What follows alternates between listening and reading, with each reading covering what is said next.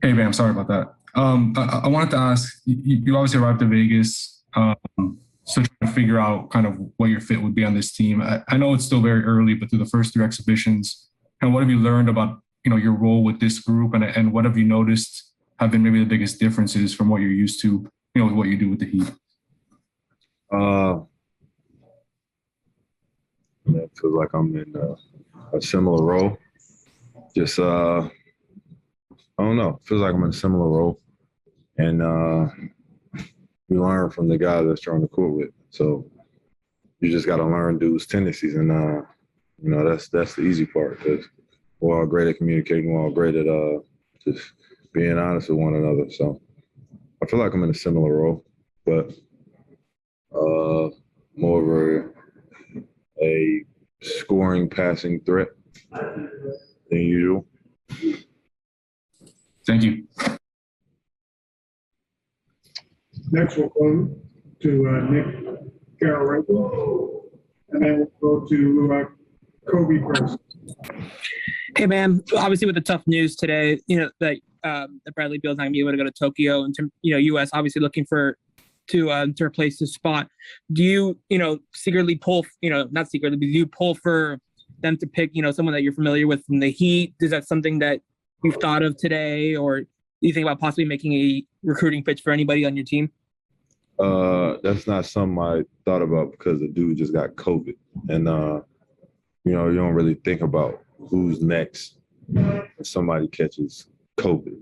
Like COVID is deadly, so the first thing you think about is not who I can get from my team or who's next up. You think about how they're doing and what's their symptoms and what they're going through. Next up is Kobe Price, and then we'll go to Cooper Moorhead. Hey, Bam, how are you? What's up, guy? We were just speaking with Draymond, and I think it was Cooper asked him about, comparing, your game to his. And he was talking about how you were showing him about, fake dribble handoff and how to be effective in that way. I guess, what have you picked up from Draymond, and what have you learned from him being around him these past couple of weeks? How vocal he is.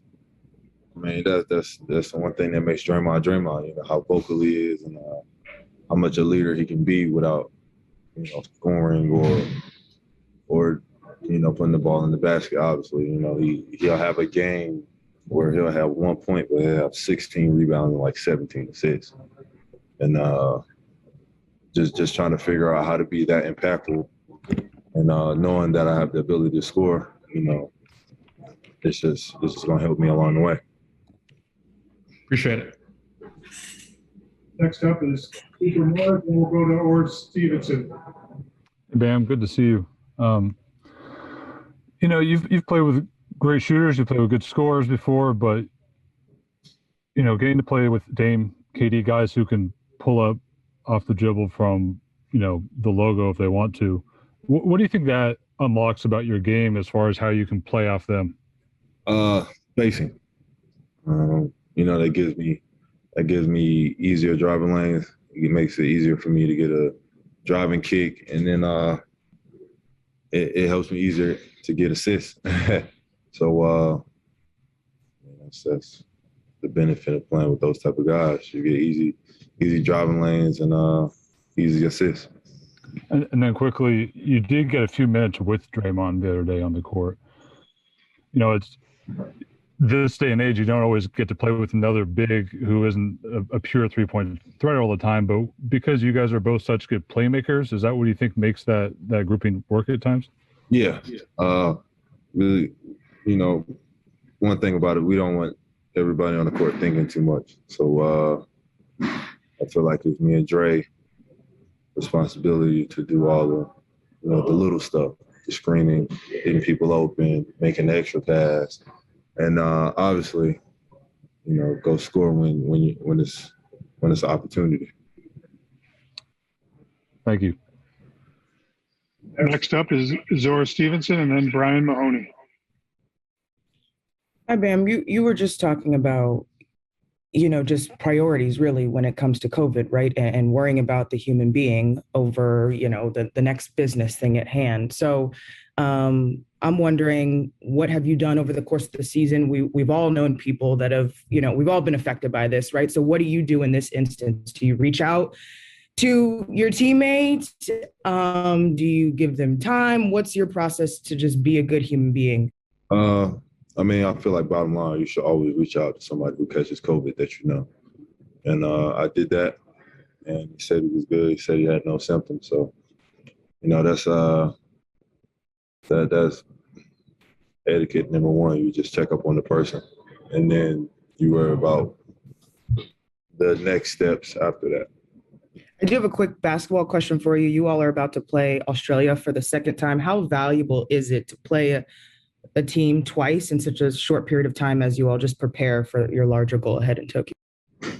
Just because, obviously we lost the first game. So, the second game, we can really hone in and really learn their schemes and figure out how we can conquer their offense and what we could have did better. So we get a second crack at it. Thank you. Brendan Tobin. Hi, Bam. Draymond was just talking about obviously what a dream it is for so many people to play for the U.S. team. And, when you see it get taken away like this for Bradley, you almost made a team a couple of years ago. Does it make you appreciate more here that you have a second shot at this? Sometimes the guys only get one shot. And, when you didn't make it the first time a couple of years ago, did you tell yourself, I'm young, I'm going to get there next time? Or did you ever worry, like, who knows if I'll ever get the call up again? No, like I've always said before, I feel like I should have been on the team from the get-go. But Pop hashed it out. And, I just worked on my game. He said I wasn't ready. So I had a point to prove that I could have been on the team. And, that was my goal. And, I did that. I'm here now. So it's my opportunity to show why I'm here. I think they said you should have made it too back then. Thank you. Thank you. Thank you, Brian. We'll go to Brendan Tobin and then Paul Gant. Bam, Udonis posted a photo of you guys getting a chance to get almost like a mini team dinner out there in Vegas. You and Gabe and all the crew there. What was the opportunity like, getting a little bit of separation from the season, just kind of getting to relax and I'm sure enjoy each other's company without having to focus on a season? And also, just what have you made of what Gabe and Precious and KZ have gotten to do for Team Nigeria? Man, I'm so proud of those three just because they're playing high-level basketball. And Vincent particularly, because, Vincent was in a role with us where he was a defensive player. He picked up 94 feet, and he got everybody involved. Now he gets to go back to what I saw Vincent in the G League was, and that was a scoring guard. And, just the fact that he gets to do that and he gets to be himself. I love that for him, and he's putting people on notice. And so is KZ, and so is Precious. They're getting the opportunity to play, and they're making the most of their minutes. Thank you. Next up is Paul Gant and Joe Varden. Bam, how are you, sir? How you doing? Doing well. So the international game is much more physical than the NBA game. As a big, do you enjoy the physicality of the international game? Yeah. Just because you get away with the little stuff that you wouldn't get away with in the NBA. I feel like a lot of times in the international world, it doesn't matter about the name on the back of the jersey. It's mano-a-mano physicality, and that benefits a lot of us. You don't get ticky-tacky fouls because you only get 5 in the international world. Joe, you're up, and then we'll finish with Raphael Hayes. Hey, Bam. Thanks for doing this. As you, of course, know and remember, the Heat were one of the teams that really got it pretty good from COVID. Really threw off a lot of what you guys were trying to do, and a bunch of people got sick and protocol and all that stuff. Is what's happening today and yesterday, is that evoking some of those bad memories, or is it different now because of the vaccine or any number of other things?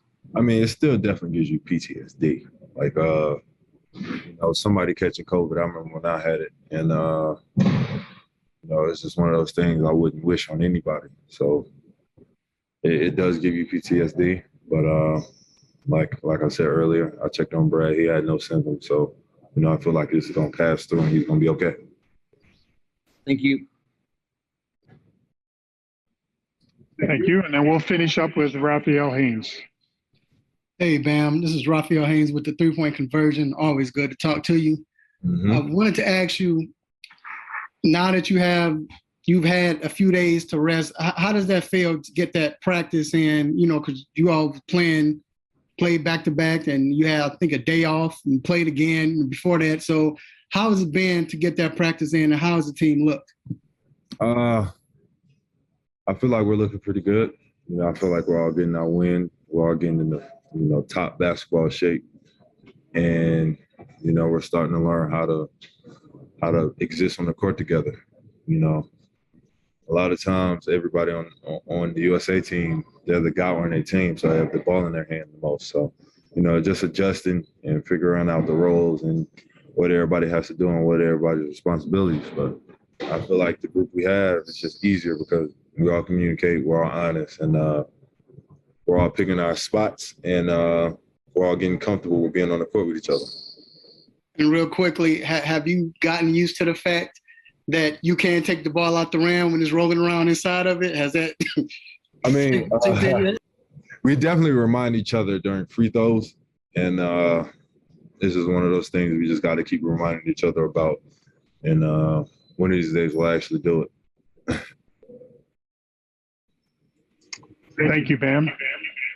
That concludes today's Zoom, and